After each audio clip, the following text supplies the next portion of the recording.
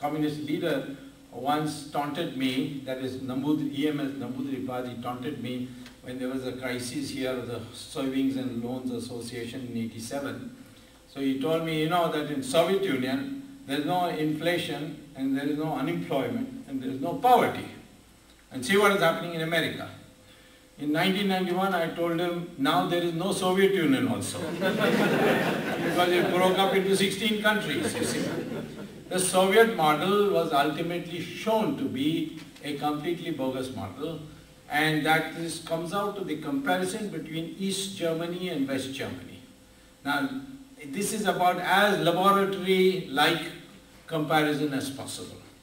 Germany, one country, was one country, divided into two after equal destruction in 1945. One adopted democracy and market, the other adopted dictatorship and socialism. And the result is there for all of you to see. You go to, even today, you see the difference between East Germany and West Germany. Same thing, North Korea, South Korea. You can see the difference. Same people, one people, divided into two, and today South Korea is far ahead of North Korea in economic development. So there is absolutely no doubt that for economic development, we need a market economy, and it was a great act of foolishness. In the case of China, there is some understanding why they did it, because it was a communist revolution. So communist revolution, accepting a Soviet model is not surprising. But India, why did they accept it? And that is because of the unfortunate assassination of Mahatma Gandhi and the premature death, I would consider it premature or untimely death of Sardar Patel, that the Nehru, who had gone to Cambridge and got his, got completely brainwashed by all the left-wing liberals that were there, and came back and brought socialism, which was totally unsuited for India. The model failed because it was based on the assumption that the financing of the capital goods industry would be done by extracting resources from agriculture. There were no resources in the agriculture to extract. The imperialists had completely bled it. In India, through the zamindar system, they had completely bled agriculture, and similarly the landlords and the feudal lords in China had bled the system there. So there was nothing to finance. Once the capital goods were produced, there were no buyers because you were not exporting. You discourage exports and imports in the Soviet model, and therefore all this ended up in inventory, and that's why this model failed. Anyway, 1978 in India, because there was a change of government and a Janata government came in, of which of course I am a part, some economic reforms started. But in China, Deng Xiaoping took over and he completely changed it. India could not dismantle the Soviet system even under the Janata government. It took 1991 when I became Commerce Minister when we first dismantled the Soviet system in India. But fortunately by that time the Soviet Union itself had been dismantled, so it became much easier to do so. Then becomes the period of fast growth. And that is 1992 onwards. And particularly after 2003, the growth rate has been in excess of 8% in both countries. And this is a phenomenal growth rate. Now, what are the main strengths and weaknesses of China and India? Generally speaking, you find where the complementarity comes is what is China's main strength is also our weakness, and what is our strength is also their weakness.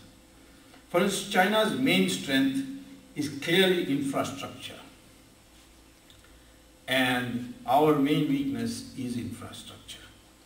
And I don't see why it should be, because building a road is not a big thing. We build very good roads abroad. Why you can't build it in our own country? I remember one American told me that they were amazed at the road. One of the reasons why Iraq fell so fast was from Basra to Baghdad. The roads were lovely roads, and their tanks just went on it smoothly all the way to Baghdad. I told him that that road was built by India. And at that time we had very close relations with Saddam Hussein when Mrs. Gandhi was in power. We built roads in Nigeria, we have built roads in Malaysia, we have built beautiful apartment buildings in Soviet Union, in Germany, so on. India has demonstrated capacity to build infrastructure, but somehow, because of corruption, we are not able to have good infrastructure in our country.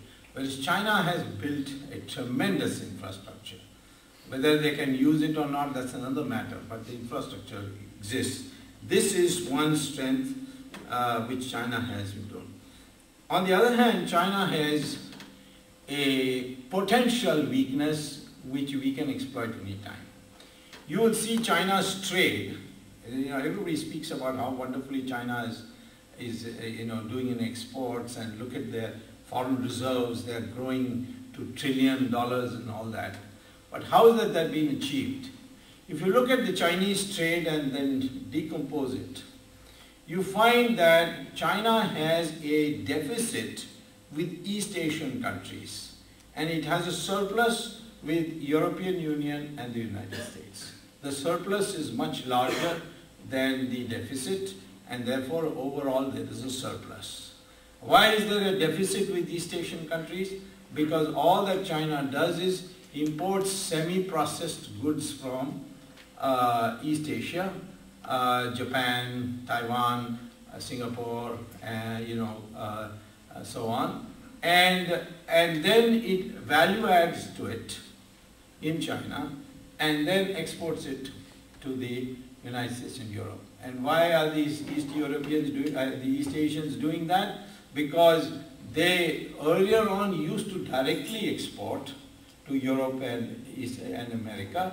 Now they find it much cheaper to do it through China, and therefore they send it to China. And so Taiwan sends the computer almost ready, and all that Lenovo does there is put in the casings, etc., and then that comes here. Most of made in China that you see are not wholly made in China. It's made in East Asia, and China adds the value added part to it, and then puts a chop on it, made in China. So this is one potential weakness of China, because supposing East Asia tomorrow decides, why send it through China, let us send it through India, then China will collapse. And if I were an Indian strategic thinker, I would be wondering how I could persuade East Asia to divert that traffic to India. And the only reason they don't do so, these East Asians, is they say you have no infrastructure, and what we get in India is a lot of hassles, whereas in China, you go, once they've decided they want to do it, everything goes like a shot. So, of course it's true, because even though we have deregulated at the center, at the state level, still for electricity connection you need money, for buying land you need grease, and for everything there is some hassle there. And at the state level we have not streamlined it, and therefore consequently most of these stations are not doing it. But in tomorrow, if we streamline our state regulatory apparatus, and we also build a decent infrastructure, that East Asian processing trade will come through India, because Indian labor, skilled labor, is cheaper than China.